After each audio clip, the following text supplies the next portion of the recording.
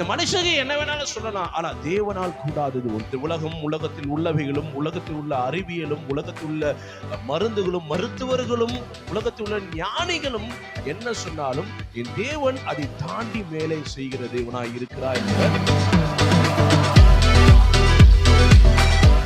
சார்ந்து இருக்க மனுஷனாலும் வாழ்க்கையை மாற்ற முடியாது, சூழ்நிலையை மாற்ற முடியும், பிரச்சனையை மாற்ற முடியும், நெருக்கத்தை மாற்ற முடியாது, வியாதி வறுமையை மாற்ற முடியும், வனாந்தரத்தை மாற்ற முடியாது. அழைத்தவராலை மாத்திரமே அழைத்த காரியத்துக்குள் உன்னை பிரவேசிக்க. இந்த மாதத்திலிருந்து எல்லா பிரச்சனையும் மாறும். வாக்குத்தத்தத்துக்குள்ளாய் நாம் கடந்து போவோம். இந்த மாதத்துக்கு விசேஷமாய் தேவன் கொடுக்கிற வாக்குத்தத்தம் என்ன அப்படின்னா, வாசிப்போம். லூக்கா எழுதிய சுவிசேஷம் 18ஆம் அதிகாரம் 27வது வசனம். மனுஷரால் கூடாதவைகள் தேவனாலே கூடும் என்றார். நம்ம வாழ்க்கையில கடந்த அந்த நாட்களை யோசிச்சு பாருங்க. நம்ம மாம்சத்தின் பிரகாரமாய் அநேக காரியத்தை போராடி போராடி போராடி போராடி இதை செஞ்சிடலாம், இதை செஞ்சிடலாம், இப்படி ஆக்கிடலாம், அப்படி பண்ணிடலாம், இப்படிலாம் இதெல்லாம் செஞ்சுட்டா இதெல்லாம் சரியாயிடும், இதெல்லாம் சரி பண்ணிடலாம், அப்படி இப்படி நிறைய காரியங்களை நம்ம என்ன பண்ணுவோம், நம்ம மாம்ச பிரகாரமாய் சிந்தித்து சிந்தித்து சிந்தித்து என்ன பண்ணுவோம், நம்ம அநேக நேரங்களை தோற்று போய் அது கிடைக்காம இன்னைக்கு வரைக்கும் நம்ம எதிர்பார்த்து தான் காத்திருப்போம். என்ன சொல்றாரு, அது மனுஷனால் கூடாததுதான், ஆனா தேவனாலே கூடும். ஆமே, ஆண்டவர் நினைச்சாருன்னா உங்க வாழ்க்கையில இருக்க எல்லா பிரச்சனையுமே என்ன பண்ண முடியும், மாற்ற முடியும். தேவனால் அழைக்கப்பட்ட நாம் தேவனோடு கூட இருந்து தேவன் கரத்தை பற்றி கொண்டு நடப்போமானால், தேவனுடைய ஆலோசனைப்படியா நடப்போமானால், நம்ம வாழ்க்கையில தேவன் செய்ய நினைப்பது எல்லாம் தடைபடாது என்பது வேதம் சொல்லியிருக்கார். அவர் நினைக்கிறது ஒன்றுமே உங்க வாழ்க்கையில தடைபடாது. எக்ஸாம்பிள் நீங்க பாத்தீங்கன்னா, யாத்ராவின் புஸ்தகம் 15ஆம் அதிகாரத்துல ஒரு சம்பவம் ஒன்று நடக்குது. ஆண்டவர் தன்னுடைய ஜனங்களை என்ன பண்றாரு, எகிப்திலிருந்து கொண்டு வருகிறார்.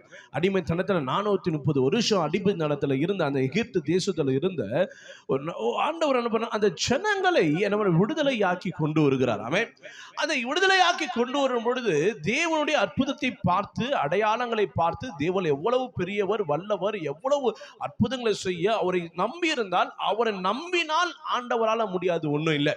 இந்த உலகம், உலகத்தில் உள்ளவைகளும், உலகத்தில் உள்ள அறிவியலும், உலகத்தில் உள்ள மருந்துகளும், மருத்துவர்களும், உலகத்தில் உள்ள ஞானிகளும் என்ன சொன்னாலும் என் தேவன் அதை தாண்டி மேலே செய்கிற தேவனாய் இருக்கிறார் என்பதை அநேக காரியங்கள்ல அடையாளமா என்ன பண்றாரு, ஆண்டவரை எகிப்தியருக்கு காட்டுறாரு. ஆமென். நம்முடைய வாழ்க்கையில யோசிச்சு பாருங்களா, நம்முடைய வாழ்க்கையிலும் ஆண்டவர் அநேக அற்புதங்களை நம்மளை சுற்றி இருக்கிற ஜனங்களை எடுத்து காமிச்சான்னு சொல்றாரு. மேகங்களை போல இத்தனை திறனான சாட்சிகள் நம்மளை சூழ்ந்து இருக்கு அப்படின்னா, நம்மளை சுத்தி எத்தனையோ சாட்சிகள் இருக்கு, எத்தனையோ அற்புதங்கள் இருக்கு, எத்தனையோ ஏன் என் கூட இருக்கிற அற்புதம் நடக்கிறேன், அதை பார்த்தாச்சு நான் திருந்தணும் அப்படின்னு தான்.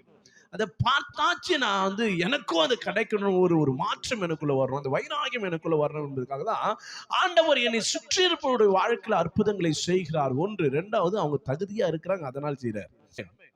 ஏன்னா அவங்க தேவனை சார்ந்து இருப்பதனாலே, தேவனை சார்ந்து வருவதனாலே, தேவனை மட்டுமே சார்ந்து இருப்பதனாலே தேவன் அவர் செய்ய நினைப்பதும் அவர் கேட்பதையும் எதிர்பார்க்கிறதையும் கர்த்தர் பூரணமாய் செய்கிறார். ஆமென். அல்லேலூயா. இங்க பாருங்க, ஒரு காரியம் நடக்குது. என்னன்னா, செங்கடலை தாண்டி இவர்கள் என்ன பண்றாங்க, ஒரு இடத்துக்கு வராங்க, ஒரு வனாந்தரத்துக்கு வரும் பொழுது அந்த இடத்துல என்ன பண்றாங்க, 3 நாள் தேடி தேடி தேடி தேடி பார்க்கறாங்க, தண்ணீரே கிடையாது. அநேக எதிர்பார்ப்புகள் இருக்கு, அநேக கஷ்டங்கள் இருக்கு. ஆமென். எதிர்பார்க்கிறாரு, ரொம்ப அதிகமா எதிர்பார்க்கிறாரு. தண்ணி வேணும், ரொம்ப தாகமா இருக்கு, என்ன வேணாலும் இல்லாம இருந்துடலாம், தண்ணி இல்லாம சோறு கூட இல்லாம இருந்துடலாம். ஆனா காற்றும் தண்ணீரும் ரொம்ப முக்கியமானது. அப்ப இந்த தண்ணீர் என்ன ஆகுது அப்படின்னா, 3 நாள் அவர்கள் பிரயாணப்பட்டு தேடுறாங்க, இல்லவே இல்லை. 40 லட்சம் பேருக்கு தண்ணி இல்ல. அப்போ ஒரு இடத்துக்கு வராங்க, மாறா என்ற இடத்துக்கு வரும் பொழுது பாருங்க, ஒரு தண்ணீருக்கு ஓடி போய் ஆசையா என்ன பண்றாங்க, அந்த தண்ணீர் எடுத்து குடிக்கும் பொழுது அந்த தண்ணீர் ரொம்ப கசப்பா இருக்கு. அப்போ அவர்கள் என்ன பண்றாங்கன்னா, தேவன் அந்த கசப்பை மாற்றுவார் என்ற அந்த சிந்தை அந்த ஜனங்களுக்கு இல்ல. இது வரைக்கும் தண்ணீர் இல்லாம இருந்தது, இப்ப தண்ணீரை பார்த்துட்டோம், அந்த தண்ணீரை கர்த்தர் மாற்றி அதை எனக்கு தேவையானதை மாற்றுவார், என் தேவையை சந்திக்க முடியாது இதை கொடுப்பார்ன்ற அந்த சிந்தை இல்லாதனாலே அவன் 3 நாள் பிரயாணப்பட்டு வராங்க. ஒரு இடத்துல பார்க்கிறார், பார்க்கும்போது தண்ணீர் குடிக்கும்போது பயங்கர கசப்பா இருக்கு. மாறாவின் தண்ணீர் எப்படி இருக்கா, பயங்கர கசப்பா இருக்கு.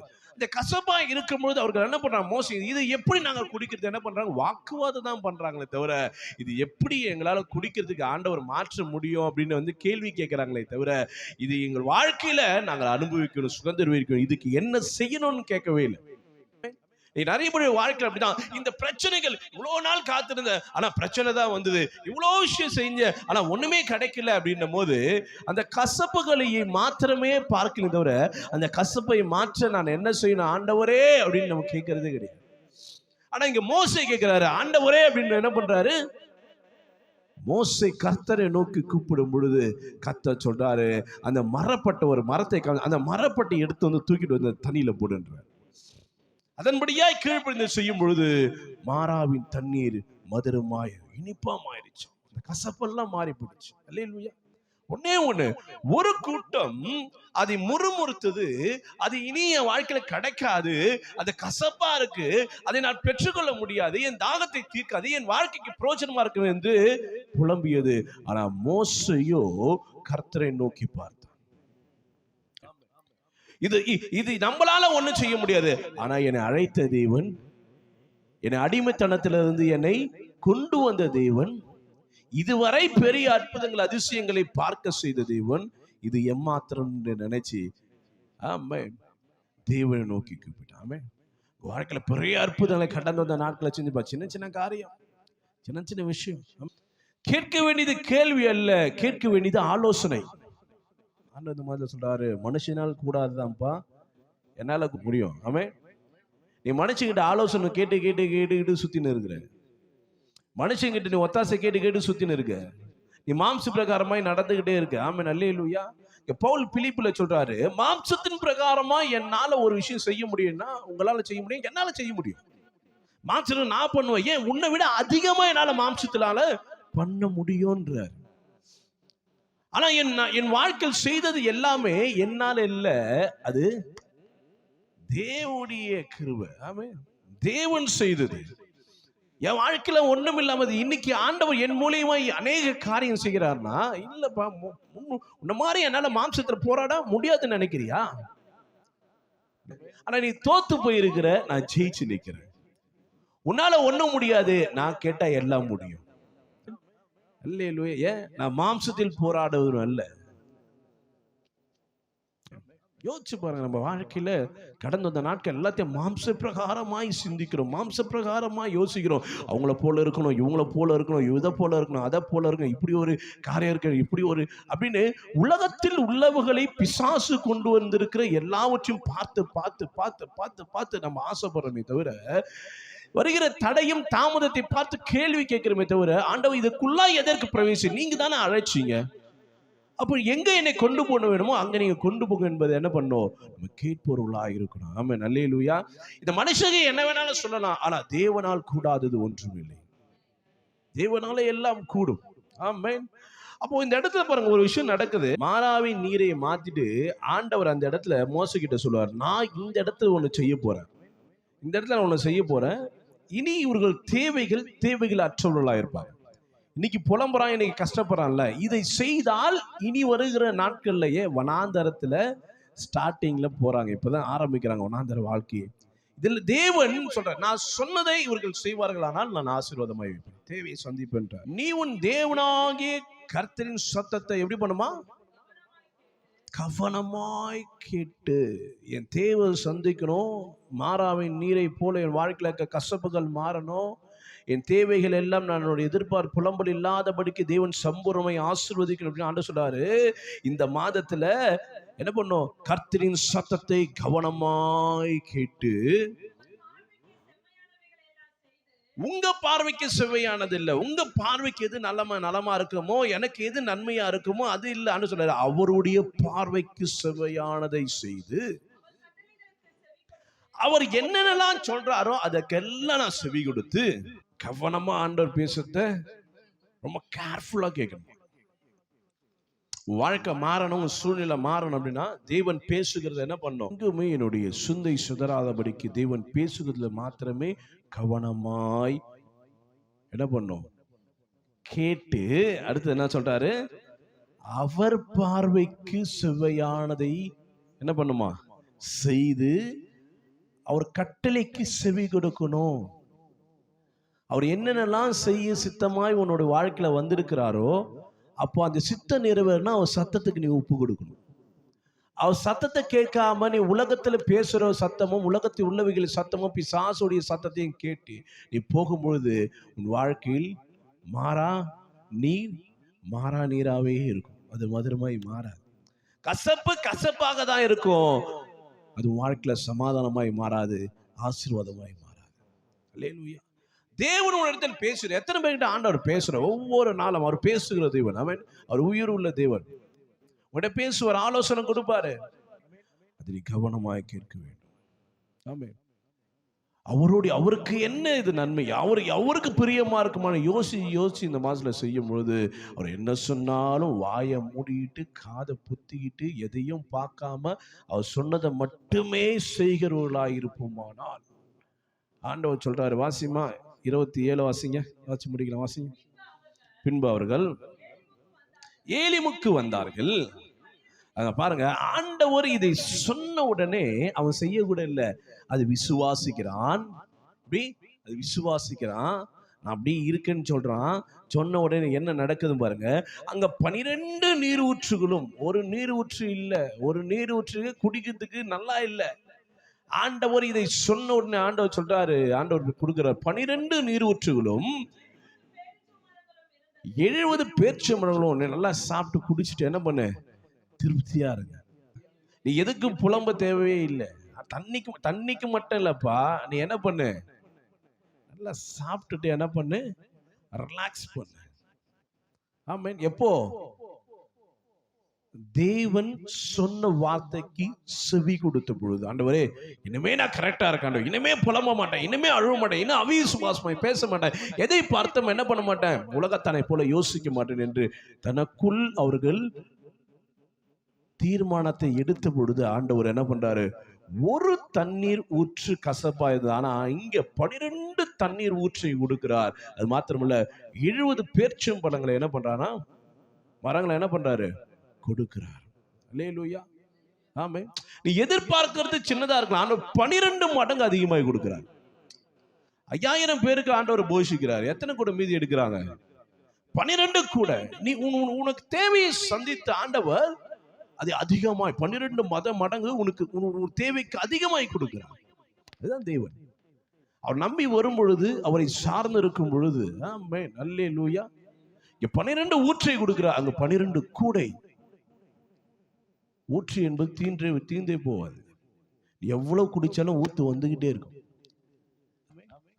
ஏரி தண்ணி வத்திரும், குளத்து தண்ணி வத்திரும், கிணத்து தண்ணி வத்தாது. ஏன்? அது எதையும் நம்பி இல்லை, அது ஊற்று. பூமியிலுக்கு ஊற்றி நம்பி வருது. எதை வேணா நம்பி தீர்ந்து போயிடும். ஆனா ஊற்று, அதெல்லாம் சொல்றாரு, ஊற்று தண்ணீரை ஆண்டவர் வைத்தார். எவ்வளவு வேணாலும், ஆமென், வற்றாதது, தீராதது, நிறைவானது. ஆமென், அல்லேலூயா. ஆண்டவர் இந்த மாதத்துல உனக்கு கொடுப்பார். நீ ஒரு சின்ன காரியத்தை யோசிவான்னு சொல்ற, அதை விட 12 மடங்கு. இந்த சூழ்நிலை மாறினா போதும் நீ யோசிப்பு, இல்ல இந்த சூழ்நிலையை மாற்றி அதுக்கு அடுத்ததுக்கு நீ போகிறதுக்கு ஆண்டவர் அதை விட அதிகமாய் மீதியாய் உனக்கு கொடுக்கிற மாதிரி. சொல்ற ஒண்ணு, மனுஷனால் கூடாதுதான், தேவனாலே கூடும்.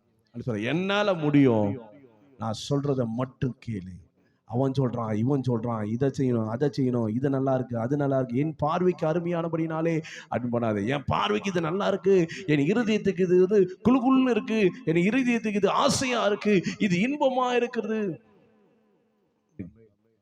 தாவீதை போலவும் போயிடாத, சவுலை போலவும் போயிடாத, சிம்சோனை போலவும் போயிடாத, கேயாசி போலவும் போயிடாத.